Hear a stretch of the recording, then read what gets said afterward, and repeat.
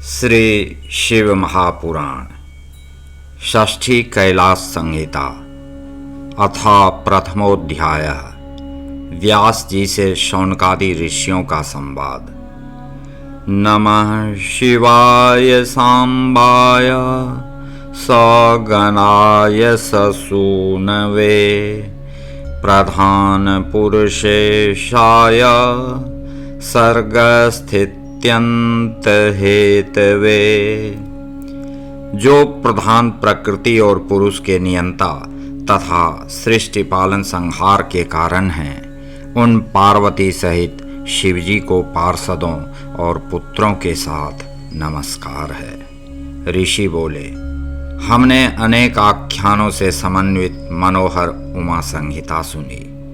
अब आप शिव तत्व को बढ़ाने वाली कैलाश संहिता का वर्णन कीजिए।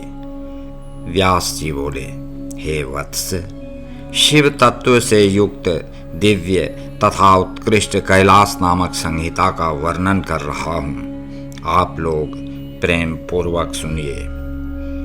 पूर्व समय में हिमालय पर तप करने वाले महातेजस्वी ऋषियों ने आपस में विचार कर काशी जाने की इच्छा की। उस पर्वत से चलकर एकाग्र चित्त हो काशी पहुंचकर वे स्नान करने की इच्छा से मणिकर्णिका को देखने लगे। वेद में पारंगत उन मुनियों ने वहां स्नान कर देवता आदि का तर्पण करके पुनः गंगा जी का दर्शन कर उस जल में स्नान करके देवाधिदेव विश्वेश्वर को नमस्कार कर परम भक्ति से युक्त होकर उनका पूजन करके शतरुद्रीय आदि मंत्रों से उनकी स्तुति करके अपने को कृतार्थ समझा और कहा कि सर्वदा शिव भक्ति परायण हम लोग आज शिव कृपा से पूर्ण मनोरथ वाले हो गए। उसी समय पंचक्रोश को देखने की इच्छा से अर्थात पंचक्रोशी परिक्रमा करने के लिए आए हुए सूत जी को देखकर उनके पास जाकर उन सभी ने प्रसन्नता पूर्वक उन्हें प्रणाम किया। इसके बाद उन्होंने भी साक्षात देवाधिदेव उमापति विश्वेश्वर को प्रणाम कर उन सभी के साथ मुक्ति मंडप में प्रवेश किया। उसके अनंतर सभी मुनियों ने अर्घ्यादि पूजन द्रव्यों से वहां पर बैठे हुए पौराणिकोत्तम महात्मा सूत जी का पूजन किया। तत्पश्चात सूत जी ने प्रसन्न चित्त होकर उत्तम व्रत वाले मुनियों की ओर देखकर उनका कुशल क्षेम पूछा। तब उन सभी ने भी अपना कुशल बताया। इसके बाद उन मुनीश्वरों ने उन्हें प्रसन्न चित्त जानकर प्रणव का अर्थ जानने के लिए प्रास्ताविक वचन कहना प्रारंभ किया। मुनि बोले, हे व्यास शिष्य, हे महाभाग, हे पौराणिकोत्तम सूत जी, आप धन्य हैं, क्योंकि आप समस्त विज्ञान के सागर एवं शिव भक्त हैं। संपूर्ण संसार के गुरु भगवान व्यास जी ने आपको सभी पुराणों के गुरु रूप में अभिषिक्त कर सर्वाधिक महत्व प्रदान किया है। अतः समग्र पौराणिकी विद्या आपके हृदय में स्थित है। सभी पुराण वेदार्थ का प्रतिपादन करते हैं। समग्र वेद प्रणव से उत्पन्न हुए हैं और प्रणव का तात्पर्य स्वयं महेश्वर हैं। अतः महेश्वर का स्थान आपके हृदय स्थल में प्रतिष्ठित है।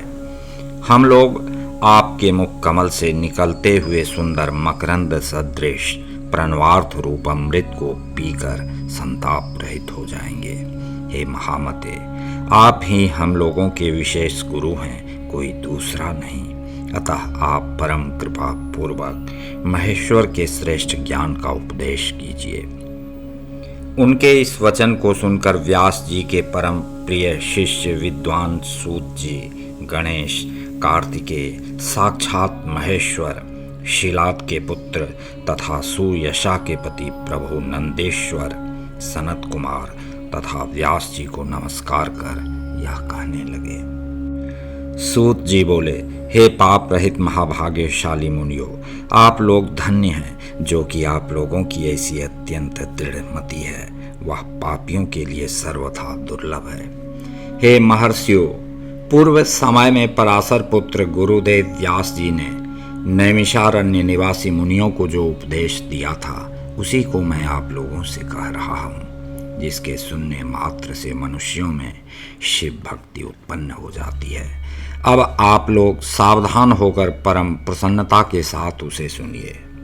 पूर्व काल में स्वारोचिस मनवंतर में दृढ़ व्रत वाले ऋषिगण सभी सिद्धों के द्वारा निषेवित नैमिषारण्य में तप करते हुए तथा यज्ञाधिपति रुद्र को प्रसन्न करते हुए उनके परम ऐश्वर्य को जानने की इच्छा से दीर्घ सत्र करने लगे। इस प्रकार वे सब व्यास जी के दर्शन की इच्छा वाले महर्षि शिव भक्ति परायण हो भस्म एवं रुद्राक्ष धारण किए हुए वहां निवास करने लगे। उनकी ऐसी भावना देखकर महर्षि पराशर के तपः फल रूप सर्वात्मा भगवान वेद व्यास वहीं पर प्रकट हो गए। उन्हें देखकर प्रसन्न मुख कमल तथा नेत्र वाले मुनियों ने प्रत्युत्थान अर्थात अगवानी आदि सभी उपचारों से उनका पूजन किया और सत्कार करके उन्हें स्वर्णमय उत्तम आसन प्रदान किया। तब उस स्वर्णमय आसन पर सुखपूर्वक बैठे हुए महामुनि व्यास जी गंभीर वाणी में कहने लगे। व्यास जी बोले, आप लोग बताएं कि इस महायज्ञ में आप लोगों का कुशल तो है। आप लोगों ने यज्ञाधिपति शिव का पूजन अच्छी प्रकार कर तो लिया है। आप लोगों ने इस यज्ञ में संसार से मुक्त करने वाले पार्वती सहित सदा शिव का भक्ति भाव से किस लिए पूजन किया है? मुझे तो ऐसा मालूम हो रहा है इस प्रकार की प्रवृत्ति एवं शुश्रूषा मोक्ष पाने के लिए ही हुई है। अमित तेजस्वी व्यास जी के द्वारा इस प्रकार कहे जाने पर नैमिषारण्यवासी परम ओजस्वी मुनियों ने शिव के अनुराग से प्रसन्न चित्त उन महात्मा महामुनि व्यास जी को प्रणाम करके कहा। मुनि बोले, साक्षात विष्णु जी के अंश से अवतार धारण करने वाले हे भगवान, हे मुनि श्रेष्ठ, हे कृपा निधान, हे महाप्राज्ञ, हे सर्वविद्येश्वर, हे प्रभु, आप संपूर्ण जगत के स्वामी, सृष्टिकर्ता एवं पार्वती तथा गणों सहित इन महादेव की कृपा के साक्षात समुद्र हैं। आपके चरण कमल के मकरंद के स्वाद में आसक्त हुए भ्रमर स्वरूप मन वाले हम लोग आज आपके चरण कमल के दर्शन से कृतार्थ हो गए हैं। हम लोगों ने पापी जनों के लिए अत्यंत दुर्लभ आपके चरण कमल का दर्शन प्राप्त किया, अतः हम लोग महान पुण्य वाले हैं। हे महाभाग, प्रणव के अर्थ को प्रकाशित करने की इच्छा वाले हम लोग नैमिषारण्य नामक इस महातीर्थ में महासत्र संपादित कर रहे हैं। महेश्वर के परम भाव का चिंतन करते हुए हम लोगों ने यह निश्चय किया है कि परमेश्वर के विषय में सुनना चाहिए। हे प्रभु, अभी तक हम लोग उनकी महिमा को नहीं जान पाए हैं, अतः आप हम अल्प बुद्धि वालों के उन समस्त संदेहों को दूर करने की कृपा करें।